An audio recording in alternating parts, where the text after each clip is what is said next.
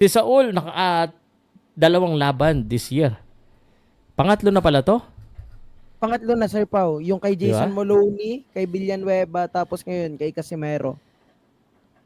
Yun. Yun ang isa sa kalaban ng mga boxer, hindi matanggap no ng mga iba na yung kalawang talaga ganun. Ang problema pa kung si Saul galing sa laban, si Janrel Casimero galing sa Lobo. Real talk yan.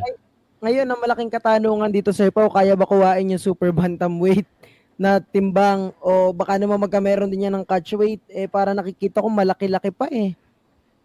Tapos, Ah, ah, October mm, 13. lapit na. Nagulat nga ako, tas ngayon lang sila medyo naglabas ng seryosong ano. Kasi sabi ko nga nung isang araw, ang laki pa ng tiyan yan. Tapos ngayon, ang ganda na, medyo okay na. Ang bilis, ayun ang mahirap. Ang ganda tingnan, pero pag mabilis ang pagbaba ng timbang, delikado. Sa akin, sa tingin ko, pwede naman siguro nila makuha yung timbang. But the question is, yung lakas at saka yung talagang 100%, yun ang medyo in doubt ako kung sila-sila lang. Yun nga rin yung kinakatakutan ko, Sir Pao eh. Kasi sila, kung sila-sila na naman ang magkasama-sama inside this training camp, eh hindi natin alam kung anong posible mangyari dito. Kasi napansin naman natin, Rayo Akaho fight, okay pa sana. Mm. Tapos yung kay Nitumbo at saka kay Uguni, meron nang nakikita tayo nagfe-fade na yung laro nung Casimero eh.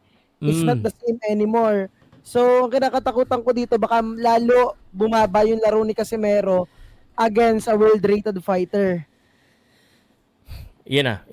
I mean, I cannot stress more da yun lang talaga. I mean, if you look at the papers lamang talaga si Casemiro, but tayong napanood si Casemiro, hindi natin maalis yung medyo nagdududa tayo sa condition lang. I mean, the skills, the mentality, tingin ko nandiyan pa rin naman yan eh.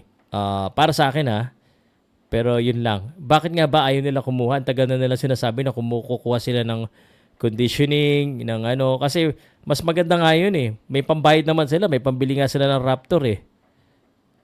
Kukuha ba? May balita ba kayo guys kung ano? Kasi isang buwan na lang yan.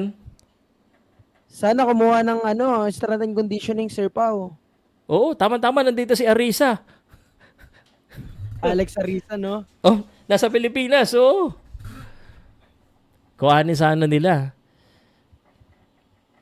Ang dami pa naman dito na syempre marami pa rin gustong manood dito.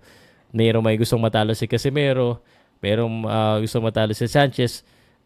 Pero ikaw sa tingin mo, if I'm gonna ask you sa 100%, hatiin mo nga 50-50 ba to? Ano sa tingin mo sino lamang? Tingin ko, Sir Pao, 50-50 fight. 50-50 pa rin. 50-50. Pero kung yung Casimero na dati nating nakikita, yung 100% ni General Casimero, yung Mm. maayos sa training camp, yung maayos sa conditioning, no doubt kaya niya sana talunin yung Saul Sanchez eh. Pero Mm. sa ngayon, yung version niya, lately it will be a 50-50 fight. Yun yung nakikita ko sa laban na to.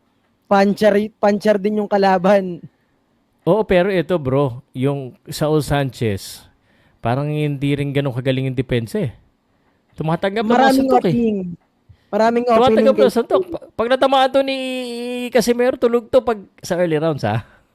Yes. But the biggest question here, kasi marami pa rin nagda-doubt kay Casimero this time, lalo na pag-akat niya ng 122, is kung dala daw ba talaga ni Casimero yung power niya. Di ba Hmm. yung Pilipos sa pabagsak niya, pero nakita natin, Sir Pao, naka-recover din yung Pilipos ni Tumbua.